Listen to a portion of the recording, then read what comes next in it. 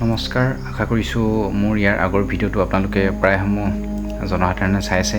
তেনেহ'লে সেই ভিডিঅ'টোত মোৰ ইন্ট্ৰডাকশ্যন হিচাপে বা প্ৰস্তাৱনা হিচাপে ধৰি মোৰ সেইটো ভিডিঅ'ক বাদ দি এইটো ভিডিঅ' মোৰ এইটো চেনেলৰ প্ৰথম ভিডিঅ' বুলি মই ধৰিছোঁ।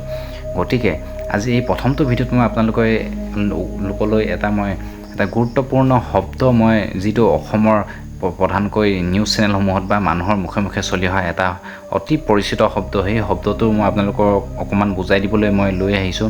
এই শব্দটো হৈছে মিয়া। এই মিয়া শব্দটো আমি সকলোৱে শুনি আহিছোঁ সৰুৰে পৰা, যদিও আমাৰ বহুতৰ লোকে এই শব্দটোৰ সম্পূৰ্ণ অৰ্থৰ বিষয়ে জ্ঞাত নহয়।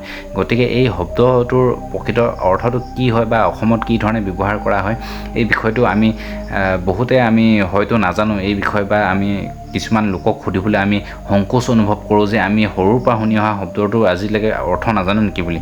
গতিকে এই মোৰ চেনেলটোত আপোনালোকৰ বাবে এই ভিডিঅ'টো মই লৈ আহিছোঁ যে আপোনালোকে যাতে আৰু দুজন মানুহক ক'ব পাৰে বা আপোনালোকে নিজেও বুজি পায় যে মিয়া শব্দটোৰ প্ৰকৃত অৰ্থ কি। গতিকে আজি এই ভিডিঅ'টোত মই প্ৰথম আৰম্ভণি কৰিব বিচাৰিম সাধাৰণতে মিয়া এই শব্দটোৰ গোটেই পৃথিৱীত এই মিয়া শব্দটোৰ অৰ্থ সাধাৰণতে মুছলমান লোকসকলৰ মাজত মিয়া মানে হৈছে ভাতৃত্ববোধ বা ভাই বুলি সাধাৰণতে ব্যৱহাৰ কৰা হয়। কিন্তু অসমত এই মিয়া শব্দটো এটা বেলেগ এটা দিশলৈ প্ৰসাৰিত হৈছে বা বেলেগ এটা অৰ্থলৈ এইটো পৰিৱৰ্তন হৈছে। এই মিয়া শব্দটো আমাৰ অসমত ব্যৱহাৰ কৰা হয় যে যিসকল মুছলমান লোক বাংলাদেশৰ পৰা অবৈধভাৱে প্ৰব্ৰজন কৰি আহি আমাৰ অসমত বসবাস কৰি আছে আৰু সেইসকল লোকৰ ভাষা যি বাংলা, সেইসকল লোকক সাধাৰণতে আমি মিয়া বুলি কোৱা হয়।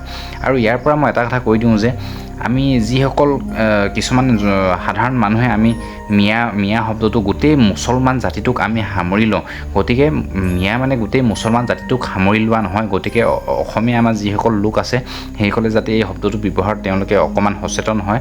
আৰু দ্বিতীয়তে মই মুছলমান লোকসকললৈ এটা কথা ক'ব বিচাৰোঁ যে আমি যেতিয়া এই মিয়া শব্দটো ব্যৱহাৰ কৰোঁ, সেই মুছলমান লোকসকলে যাতে তেওঁলোকক নিজে যাতে গা পাতি নলয় যে তেওঁলোককো আমি ব্যৱহাৰ কৰিছোঁ বুলি। আমি মিয়া শব্দটো কেৱল ব্যৱহাৰ কৰোঁ, আপোনালোকক আকৌ এবাৰ কৈ দিছোঁ, মিয়া শব্দটো কেৱল আমি ব্যৱহাৰ কৰোঁ সেইসকল লোকৰ বাবে যিসকল লোক মুছলমান লোক বাংলাদেশৰ পৰা অবৈধভাৱে প্ৰব্ৰজন কৰি আহিছে আমাৰ অসমত আৰু বসবাস কৰি আছে আৰু তেওঁলোকৰ ভাষা হৈছে বাংলা, সেইসকল লোককহে মিয়া বুলি কোৱা হয়। গতিকে আজিৰ এই ভিডিঅ'টো ইমানেই। আপোনালোকে কেনেকুৱা লাগিছে ভিডিঅ'টো আপোনালোকে কমেণ্ট কৰি জনাব। মই ইয়াৰ পিছতো আপোনালোকক এনেধৰণৰ মই সাধাৰণ জ্ঞানসমূহৰ ভিডিঅ'সমূহ আনি থাকিম। তেনেহ'লে আজিলৈ ভিডিঅ'টো ইমানেই। জয় আই অসম।